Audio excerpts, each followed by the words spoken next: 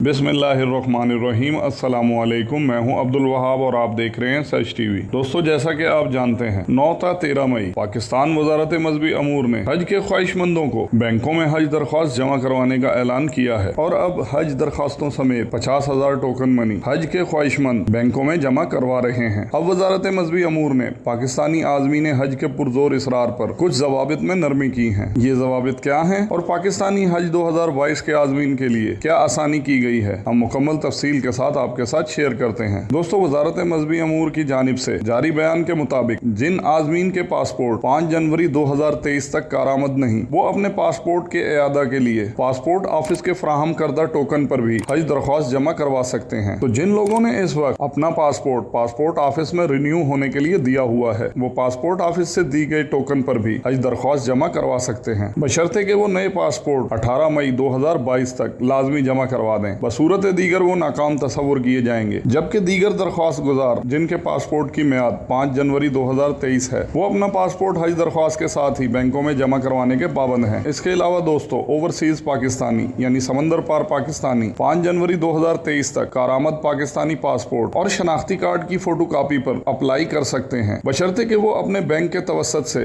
वजारत को आखिरी हज परवाजों में बुकिंग की दरख्वास्त भिजवाएं और मुकर्ररा तारीख से लेट पासपोर्ट जमा करवाने की सूरत में वीजा न लगने की मुकम्मल जिम्मेदारी लें। यानी अगर कोई ओवरसीज हज कुरंदाजी में कामयाब होने के बाद मुकर्ररा वक्त पर पासपोर्ट जमा नहीं करवाता, तो वीजा न लगने की सूरत में इसकी जिम्मेदारी उस पर होगी। ओवरसीज पाकिस्तानियों के लिए असल पासपोर्ट 20 ज़िलक़द से पहले वजारत में पहुंचाना लाजमी है। इसके अलावा दोस्तों, साल 2015 से 2019 के दौरान हज करने वाले अफराद इस साल सरकारी हज स्कीम में दरख्वास्त देने के अहल नहीं, सिवाय उन लोगों के जो किसी ऐसी खातून या रिश्तेदार के शरई महरम हो जिसने खुद भी मज़कूरा अरसे के दौरान हज ना किया हो। यानी साल 2015 से 2019 तक हज करने वाले अप्लाई नहीं कर सकते। लेकिन अगर कोई ऐसा शख्स जो किसी ऐसी खातून के साथ जा रहा हो जिसका वो शरई महरम हो और उसने 2015 से 2019 के दरमियान हज किया हो, वो फिर भी हज दरख्वास्त दे सकता है। इसके अलावा दोस्तों, 12 साल से कम उम्र बच्चे भी हज के लिए अप्लाई कर सकते हैं जिनकी वैक्सीन नहीं हुई। पाकिस्तान वजारत मजहबी अमूर का कहना है कि ये मामला सऊदी वजारत हज से मंजूरी पर मशरूत है। जिस तरह की सऊदी वजारत हज से मंजूरी आएगी उस पर अमल किया जाएगा। इसके अलावा दोस्तों, पाकिस्तान वजारत मजहबी अमूर के मुताबिक तमाम मुंतखब 14 बैंकों को इन कवायद से मुतालिक हिदायत जारी कर दी गई हैं। तो तमाम पाकिस्तानी मंदरजा झैल असूलों में नरमी के साथ 13 मई तक दरख्वास्त जमा करवा सकते हैं। तो अब तक के लिए दोस्तों बस इतना ही। बाकी जैसे ही इस बारे में कोई मजीद अपडेट आएगी, हम बर वक्त आपके साथ शेयर करेंगे। आपका कीमती वक्त देने का बहुत शुक्रिया। अस्सलामु अलैकुम वरहमतुल्लाहि वबरकातुहू।